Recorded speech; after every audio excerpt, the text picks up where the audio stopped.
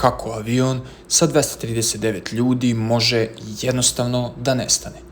MH370 je poleteo iz Kuala Lumpura za Peking, a manje od sat vremena kasnije više nije bio tamo gde je trebalo da bude. Transponder je prestao da šalje signal, ali tu priča postaje još čudnija. Vojni radar je pokazao da avion nije jednostavno nestao. Promenio je pravac, preleteo preko Malezijskog poluostrva i nastavio prema Indijskom okeanu. A onda dolazi podatak koji je potpuno promenio istragu. Sateliti su nastavili da registruju avion satima nakon što je nestao sa radara. Dakle, pitanje više nije bilo gde je avion nestao, nego ko je promenio njegovu putanju i zašto. Pilot, kvar, otmica, gubitak svesti posade ili nešto potpuno drugo.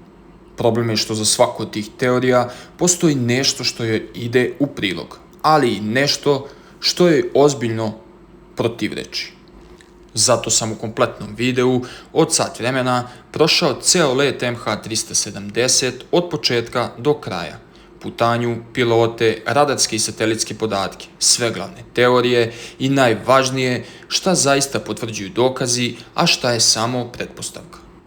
Ukoliko želiš da vidiš kompletnu analizu, ceo video te čeka na mom kanalu. A u međuvremenu zapratite kanal u znak podrške. Vaš gospodin X.